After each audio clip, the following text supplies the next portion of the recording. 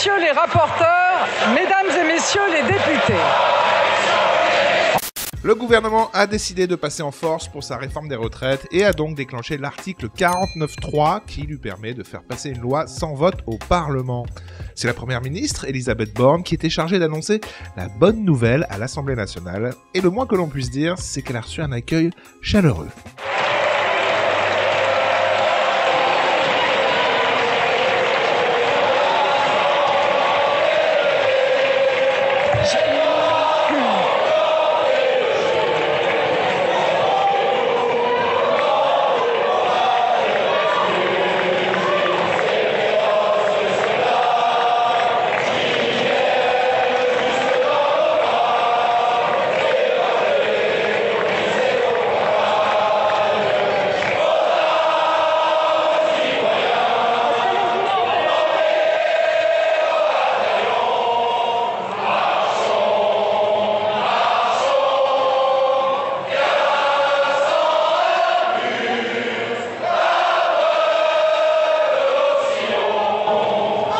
Et le mot de la fin, je le laisse dire par Marine Le Pen, même si à mon avis, elle exprime ce que beaucoup pensent.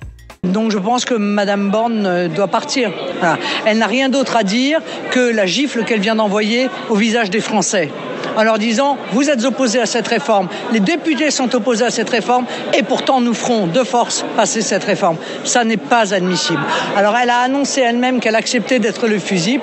Banco. Ça banque tout, Nico. Ok, on est en train de vivre un point de bascule qui pourra transformer les mobilisations et les grèves syndicales qu'on vit depuis plusieurs semaines en de véritables occupations massives des places publiques et des lieux de pouvoir. Et tout ça est en train de se jouer là en ce moment même. Du coup, on va faire le point. Alors malgré la promesse d'Emmanuel Macron de faire voter cette loi-là, malgré les petites corruptions tentées par Bruno Le Maire pour convaincre les députés et les républicains, et malgré la propagande médiatique en permanence, il semblerait que le gouvernement n'ait pas de majorité pour la loi sur la réforme retraite à 64 ans. Donc Elisabeth Borne, la première ministre de la France, a officiellement mis en place aujourd'hui le 49.3. Donc les députés ne vont pas pouvoir voter sur la réforme à 64 ans. La seule chose qu'ils vont pouvoir faire, c'est faire une motion de censure.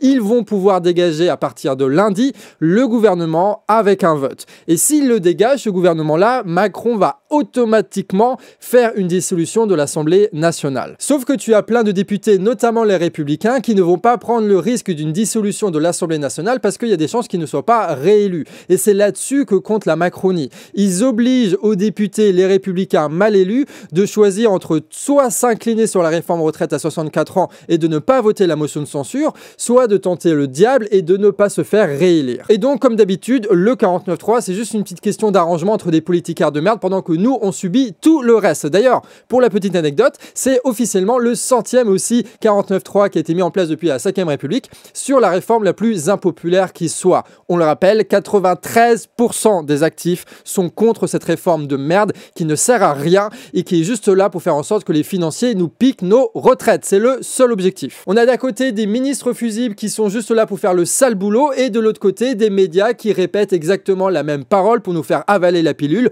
On connaît ce système-là depuis des années, donc on ne se fait plus avoir, c'est terminé. Et en réponse, spontanément, il y a des mobilisations partout en France. Où que tu sois, il y a des manifestations qui sont en train de se mettre en place. Et à Paris, tu as la place de la Concorde qui est en train en ce moment de se remplir. Et donc évidemment, il faut y aller. Il faut y aller dans ces rassemblements-là. Mais il faut savoir pourquoi on y va. C'est ça le plus important. On vous disait hier que tout ne faisait que commencer. Et là, on est en train d'assister à un point de bascule. Parce que nous constatons que les manifestations n'ont pas suffi. Les grèves n'ont pas suffi. Et qu'il va falloir quand même aller jusqu'au bout parce qu'il y a cette réforme retraite-là qui fait chier et qu'il y a l'inflation qui fait chier aussi à côté et que tu as tous les autres trucs qui sont en train de nous bouffer. Aujourd'hui, nous devons en terminer avec les manifestations qui n'aboutissent à rien, avec les appels à la grève qui n'arrivent jamais, avec les rassemblements où on ne fait rien d'autre que se regarder dans le blanc des yeux. Nous sommes au bout de la stratégie syndicale et tant mieux, on va pouvoir passer à l'action à partir de maintenant. Si nous devons nous rassembler, c'est pour ne pas partir. Si nous devons nous rassembler, c'est pour ne plus se quitter. Si nous devons nous rassembler, c'est pour occuper ces espaces publics pour faire en sorte que chaque personne en France sache où aller s'il veut se mettre en action. Et c'est d'ailleurs pour ça que spontanément on va tous dans ces rassemblements-là, c'est pour agir,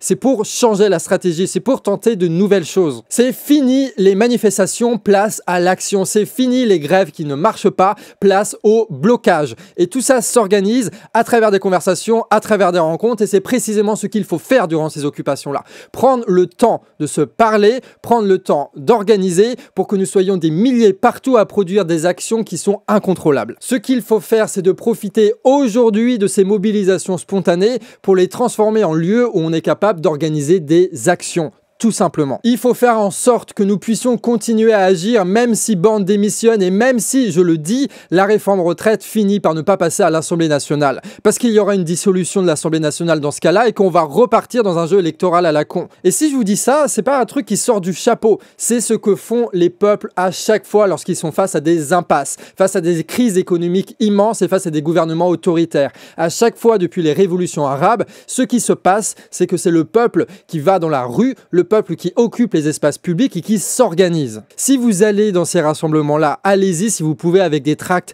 allez-y si vous pouvez avec des sonos, allez-y si vous le pouvez avec en tête le fait de parler à un maximum de personnes possible, à prendre un maximum de numéros. Faites en sorte que vous ne repartiez pas de là sans savoir précisément ce que vous ferez demain comme action. N'attendez les consignes de personne, n'attendez l'autorisation de personne et n'attendez de personne qu'il pose une date ou une proposition. Faites tout ce que vous pouvez faire à partir de maintenant. Et tant mieux, il y a plein de gens qui vont arriver avec la même mentalité dans ces rassemblements-là. Alors, amis réfractaires, vous qui regardez des vidéos sur Internet, il est temps aujourd'hui de se mettre en action. Faisons en sorte que ces mobilisations deviennent des occupations dans lesquelles nous pourrons nous organiser pour la suite. Faire en sorte que les blocages qui ont démarré le 7 mars ne s'arrêtent jamais. Nous avons aujourd'hui l'occasion unique de faire un grand pas, alors saisissons-la. Plus que jamais, nous sommes légitimes à agir et n'oubliez pas que ce sont eux les traîtres, ce sont eux les menteurs, ce sont eux les manipulateurs.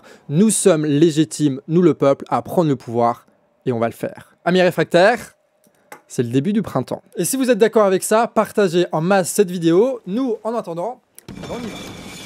Nous devons y être attentifs.